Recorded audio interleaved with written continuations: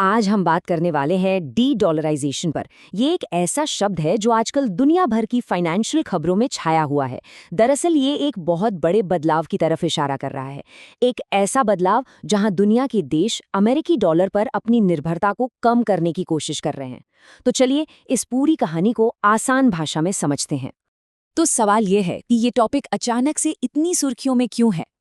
इसकी सबसे ताज़ा वजह है हमारे अपने सेंट्रल बैंक यानी रिजर्व बैंक ऑफ इंडिया यानी आरबीआई के कुछ बहुत ही अहम कदम। देखिए, आरबीआई अब भारतीय रुपए को इंटरनेशनल स्टेज पर ले जाने की पूरी कोशिश कर रहा है। इसके लिए वो कुछ खास तरीके अपना रहा है। पहला है स्पेशल रुपी वॉस्ट्रो अकाउंट्स यानी SRVAs। ये एक तरह के खास बैंक अकाउंट है जिनसे दूसरे देश भारत के साथ सीधे रुपए में ट्रेड कर सकते हैं। इसके अलावा हमारे यूपीआई को दूसरे देशों से जोड़ा जा रहा है और कई देशों के साथ करेंसी स्वैप एग्रीमेंट्स किए जा रहे हैं। ये सब मिलकर एक बड़ी स्ट्रैटेजी का हिस्सा है ताकि डॉलर पर हमारी निर्भरता कम हो सके। तो आज की हमारी इस चर्चा में हम इन 5 मुख्य हिस्सों को कवर करेंगे। सबसे पहले डी डॉलराइजेशन आखिर है क्या, फिर ये क्यों हो रहा है, दुनिया के देश इसे कैसे कर रहे हैं, इस रास्ते में मुश्किलें क्या हैं और आखिर में इस पूरी तस्वीर में भारत का क्या रोल है और आगे क्या हो सकता है। तो चलिए सबसे पहले सवाल से ही शुरू करते हैं। ये डी डॉलराइजेशन, इसका असल में मतलब क्या है? बहुत ही सीधे शब्दों में कहें तो डी डॉलराइजेशन वो प्रोसेस है जिससे ग्लोबल इकोनॉमी में अमेरिकी डॉलर के दबदबे को कम किया जाता है। मतलब इंटरनेशनल ट्रेड में, सेंट्रल बैंक्स के फॉरेन रिजर्व्स में और दूसरे बड़े फाइनेंशियल ट्रांजैक्शंस में डॉलर का इस्तेमाल धीरे धीरे घटाना। अब आता है सबसे बड़ा सवाल, आखिर दुनिया को डॉलर से दूर जाने की जरूरत क्यों पड़ रही है? इस ग्लोबल इकोनॉमिक शिफ्ट के पीछे एक नहीं बल्कि कई बड़े कारण हैं। इस बात को समझने के लिए हमें थोड़ा इतिहास में जाना होगा। सेकेंड वर्ल्ड वॉर के बाद अमेरिका की अर्थव्यवस्था इतनी मजबूत थी कि वो दुनिया की कुल जीडीपी का करीब 45% थी। इसी जबरदस्त आर्थिक ताकत ने डॉलर को दुनिया की किंग करेंसी बना दिया। और अब जरा आज की तस्वीर देखिए। अमेरिका का हिस्सा अब घटकर सिर्फ 25% रह गया है, जबकि बाकी दुनिया 75% पर है। लेकिन मजे की बात यह है कि ग्लोबल फाइनेंस में डॉलर का दबदबा लगभग वैसा का वैसा ही है और यही जो इम्बैलेंस है ये इस पूरे बदलाव की एक बहुत बड़ी वजह है। और भी कई वजह हैं, जैसे अमेरिका का अपने डॉलर सिस्टम का इस्तेमाल करके दूसरे देशों पर आर्थिक पाबंदियां यानी सैंक्शंस लगाना, या फिर जब अमेरिका अपनी ब्याज दरें बदलता है तो उसका असर पूरी दुनिया पर पड़ता है। साथ ही अमेरिका पर बढ़ता कर्ज और चीन जैसी नई इकोनॉमिक पावर्स का आगे आना, ये सब मिलकर देशों को एक मल्टीपोलर यानी एक ऐसी दुनिया की तरफ धकेल रहे हैं जहां किसी एक देश का दबदबा ना हो। तो ठीक है, हमने ये समझ लिया कि ये क्यों हो रहा है, पर सवाल ये है कि देश इसे हकीकत में कैसे बदल रहे हैं। इसके लिए एक बिल्कुल नया फाइनेंशियल आर्किटेक्चर तैयार किया जा रहा है। इसका एक बहुत बड़ा उदाहरण है एम-ब्रिज प्रोजेक्ट। इसमें चीन, थाईलैंड, यूएई जैसे देशों के सेंट्रल बैंक्स मिलकर एक ऐसा प्लेटफॉर्म बना रहे हैं जहां डिजिटल करेंसी का इस्तेमाल करके क्रॉस बॉर्डर पेमेंट्स बहुत सस्ते और तेज हो जाते हैं। और सबसे बड़ी बात, इसमें डॉलर की कोई जरूरत ही नहीं पड़ती। इसी तरह ब्रिक्स देश यानी ब्राजील, रशिया, इंडिया, चाइना और साउथ अफ्रीका, ये सब मिलकर ब्रिक्स पे नाम का एक डिजिटल पेमेंट सिस्टम बना रहे हैं। इसका मकसद भी यही है कि ये देश आपस में अपनी लोकल करेंसीज में आसानी से व्यापार कर सकें। चीन तो इस मामले में काफी तेजी दिखा रहा है।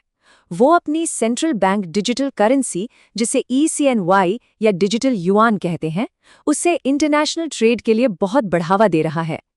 ये डॉलर पर टिके स्विफ्ट जैसे पेमेंट सिस्टम्स के लिए एक सीधी चुनौती है। और ये लिस्ट यहीं ख़त्म नहीं होती।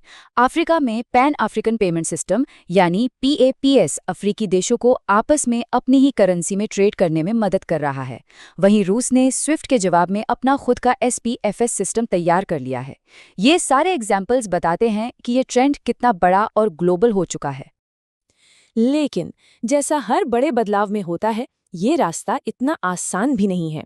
ये समझना जरूरी है कि डॉलर से दूर हटना इतना सिंपल क्यों नहीं है और इस रास्ते में बहुत बड़ी चुनौतियां भी हैं। सबसे पहली मुश्किल है हाई ट्रांजिशन कॉस्ट, मतलब नए सिस्टम बनाने और पुराने को बदलने में बहुत ज़्यादा पैसा और वक्त लगता है। दूसरी चुनौती है बाजार की अनिश्चितता। इस बदलाव से फाइनेंशियल मार्केट्स में अस्थिरता आ सकती है। तीसरा, जाहिर है इससे जियोपॉलिटिकल टेंशन्स बढ़ सकते हैं, खासकर अमेरिका के साथ। और आखिर में डॉलर की जगह कोई और करेंसी जैसे कि युआन को रिजर्व में रखने के अपने अलग रिस्क्स हैं। तो अब इस पूरी ग्लोबल कहानी के बीच भारत कहाँ खड़ा है? चलिए अब भारत के रोल और भविष्य पर नजर डालते हैं, जो कि सीधे सीधे रुपये के इंटरनेशनलाइजेशन से जुड़ा हुआ है। देखिए, भारत के लिए ये दो चीजें एक ही सिक्के के दो पहलू हैं।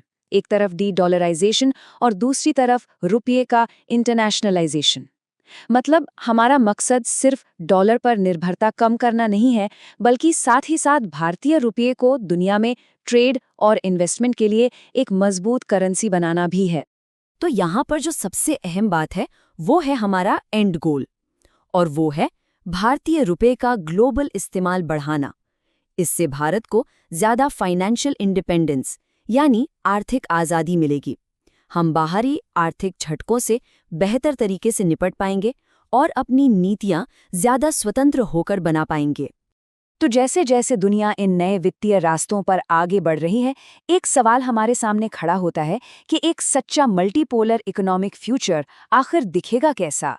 क्या इससे दुनिया ज्यादा स्टेबल होगी या फिर हमें नए तरह के कॉन्फ्लिक्ट्स देखने को मिलेंगे? ये एक ऐसा बदलाव है जिस पर नजर रखना बहुत जरूरी होगा। Thank you for watching this video. अगर ये वीडियो आपको पसंद आया हो तो लाइक जरूर करें, शेयर करें उन दोस्तों के साथ जिन्हें यूपीएससी, लॉ या जनरल नॉलेज की तैयारी करनी है। और हाँ, सब्सक्राइब करें। आप अपने सुझाव या सवाल नीचे कमेंट में लिख सकते हैं। यूपीएससी एंड कॉम्पिटिटिव एग्जाम की गाइडेंस या मेंटरशिप के लिए संपर्क करें। Our contact information is given in description. धन्यवाद। मैं हूं कृणाल ठाकुर। मिलते हैं अगले भाग में। जय हिंद।